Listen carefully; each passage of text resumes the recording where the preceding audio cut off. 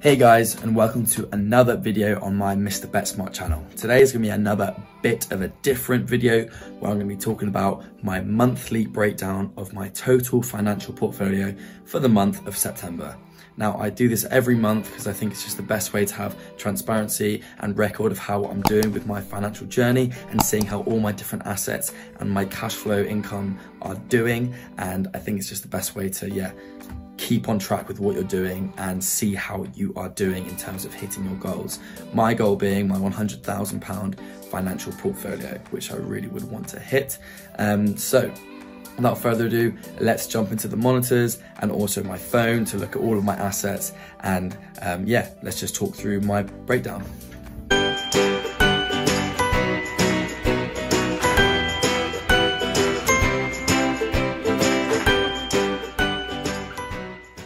So here is my sheets that I use to break down my portfolio monthly for my financial journey and just to see how much I've got in all my assets every single month.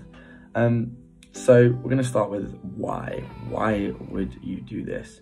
I believe it's really good to have a monthly breakdown just to see where you're at with all your assets and your investments, and to actually, just check in to see how it's all going. Making sure that if there's any drastic movements, reviewing whether there's changes that could be made, or, seeing if you're maybe over risked into one asset and not diversified enough as well. It's good to see that, and just to see where your funds are, and, just possibly change and allocate in different areas, and just check in and see how you're doing. It also can be good to look at your cash flows and see what your income is and whether it's dropping, and whether you can look at other ideas and other things to hopefully try and help you out and give you more of an income. It also can be really motivational, and it can drive you more towards your goal, because you can see how far you've come from the start. So for example, I can see when I started recording these back in December, I had a valuation of around 24,000, and now at the end of September I've got around 54,000. So that is just going to keep driving me and instilling me to want to keep going and pushing towards my goals, so it can act as a really good motivator. It can also be interesting to see how your averages are with your income compared to other months. There might be certain things going on with the stock market, or with your crypto investments, or with your job. Say you've lost your job, or you've had a pay increase. It can be really interesting to see how that weighs up with your overall cash flows and income. And also just to check in to see if you're maybe spending too much in a certain month, and you need to reel it in, because sometimes we can spend without even realizing, and checking each month can just be really useful, just to get back on track and just to make sure things are going the way they should be to get to your goal. So we're going to start with all my assets I've got at the moment. So first we've got our Help to Buy LISA, and I've got £11,215 in that. So that is with Moneybox. I'll get up my phone now, where I did a little screen recording going through it, but that essentially is my pot for a deposit for a house. Basically, you can put £4,000 in each year, and you can get a £1,000 bonus towards your first house. But there are some terms you need to know about, so make sure you know those before diving in. And then you can either do a cash LISA or a stocks and shares LISA. So you can either hold it as cash and just take the £1,000 each year, or you can invest it in the stock market. Mine's invested. You can choose different risk categories between low, medium and high. I chose high because I'm relatively young, so I'm 22, and I believe that you should have a slightly more riskier portfolio when you're younger than when you're older. So that's what my Help to Buy LISA is, and it's at £11,215.84. The screen recording that I've just shown is basically a few weeks after, a couple of weeks, so it's slightly different, but it's very similar. So that is what that is. My second investment is with Fundsmith. This is basically a stocks and shares ISA that I opened with them, which I can invest in the Fundsmith equity, which is basically a fund which was made to invest in a small number of companies which the hedge fund manager believed in the long term. And it's got some really impressive rates over the last 5 to 10 years. And the fact that it's got long-term value in a small core number of companies is really exciting in my opinion, because it's just taking innovations from a small set of companies and trusting that they're going to continue innovating in the way they have done. So that's what that is, and that at the time, at the end of September, was valued at £14,975.74. Again, the screen recording is a couple weeks after, so the amount is a little bit more, but it's within a really similar ballpark. So that's my Fundsmith investment. The next is with crypto. So I've got a Binance account which has around £9,300 in. This is again at the end of September, when crypto was at this rate for me, and the last 2 weeks have been quite seismic for crypto. So this is way more when I show you the screen recording, but I'm holding some Bitcoin, Cardano, Ethereum, a little bit of XRP, and then I'm also staking a riskier coin on Binance. So that's what my crypto portfolio is. It's a decent chunk of my financial portfolio, but I only invested a smaller amount and I'm letting it grow with that small investment. So that's what I'm doing with that. And as we're going into a very interesting moment with crypto, I think I'm going to start doing some interesting things, moving my crypto out of Bitcoin into smaller cap alts, with the flow of crypto goes in from Bitcoin and then into Ethereum and then trickles down into the smaller coins. So now we're going to come down to our lower holdings. So we hold some money in Smarkets, which is my betting exchange for match betting, with just under £1,000 in. I had a really big loss of around £2,700 from the exchange, where I made £3,000 in the bookies in store. This was sharbing, which I'm going to release a video on in a bit, so that's why that's took a big hit from my usual amounts. But yeah, so I've got £955 in there. We've then got my affiliate income. Now this is not how much I make a month, but basically this is the link I've got in my bio where people can sign up for Profit Accumulator for match betting. I earn some income from when people sign up, and basically I don't get paid from that affiliate income until the month after that month's earnings. So say for August, I would not be paid till October. So it has to go through the whole of September to make sure if there are any refunds, those are totaled up and the amounts are deducted, and then at the start of October, that is the amount. So this is actually 2 months worth of affiliate income from that match betting link. And that means that maybe £500 was for last month, and there's a £500 holding amount for this month, which has to be waited for until the next month to come. So I count both of those because those are both money that is still not sat with me. This is all of my betting accounts. I've got various money in, Betfair, William Hill, other exchanges like Matchbook as well. That's all totaled up. I've then got my Santander account, which is holding some savings in. It's more just a holding account for when I get paid. I then put money into my investments and spread it out, and what's left over is left in Santander for me to pay my rent and my bills, and a little bit of an emergency fund.